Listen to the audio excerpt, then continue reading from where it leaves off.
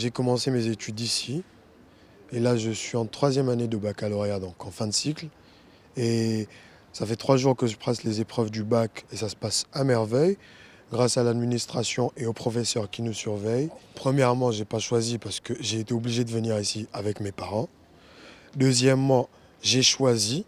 Pourquoi? Parce qu'il y a quand même un cursus assez bon universitaire. Et le Maroc maintenant commence à atteindre une place au sommet africain de la scolarisation. J'ai révisé, je me suis apprêté à passer un examen dans toutes ces conditions, soit difficiles, soit faciles, mais en soi, ils n'étaient pas très faciles, mais c'était difficile quand même, mais ça va quand même. أجواء الامتحان كانت البارح زوينة بزاف ولكن فيها شوية ستريس بالنسبة للتلميذة اللي كانت معايا يعني المساعدة ديالي بأن أنا كنلقى معها انسجام كتشرح لي الدروس كتقرا يعني ماشي دروس يعني أسئلة كتشرح لي أسئلة مزيان كتفهمني كتكرر الجملة 3 4 حيت أنا كما قلت لك عندي ثقل الفهم وكنشكر الاساتذه ديالي لانهم على حسب الاعاقه ديالي وداك الشيء عاونوني بزاف صراحه هما كيكرروا لي الدروس كنشكر الشكر الجزيل لانها تعطتني هذه الفرصه لان وحده كيف حالي ما يمكنلهاش تستمر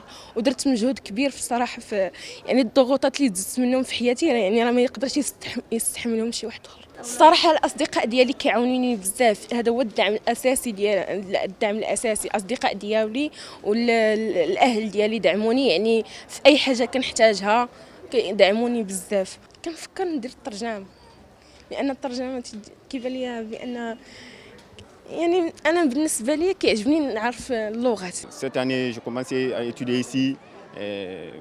Je n'ai pas eu de problème jusqu'à présent. On a fait commencer les épreuves comme on a fini de faire comme ça, mais on n'a pas eu comme de problème, de tricherie. On nous a protégés comme des Marocains.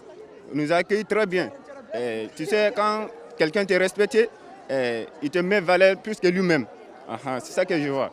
قريت 11 عام شاب مفتوس وانا جيت هذا العام قريت الباك ودغيا اندمجت الحمد لله معاهم وكنشكر الوزاره بصفه عامه وكذا اللي دارت معنا زوين هذا العام. بالنسبه لليوم الاول من امتحان البكالوريا وهذا الشطر الثاني من اليوم الثاني مر في اجواء من الانضباط والمسؤوليه بحيث ان التلاميذ استطاعوا ان يجيبوا عن جميع اسئله المواضيع بكل جديه نظرا أولا للحملة الاستباقية التي قمنا بها للتحسيس من سلبيات الغش والتي أعطت ثمارها بحيث أننا وقفنا على الحد بشكل كبير من هذه الظاهرة بالإضافة إلى الدعم التربوي والمصاحبة النفسية للتلاميذ بحيث أنهم لم يشعروا بأنهم أمام ذلك الغول الذي كان سابقا وإنما تعاملوا مع الامتحان كموضوع عادي جدا. في الواقع أنه منذ سنوات يعني دخلت الوزارة في إطار تحد يرمي إلى تنزيل فعلي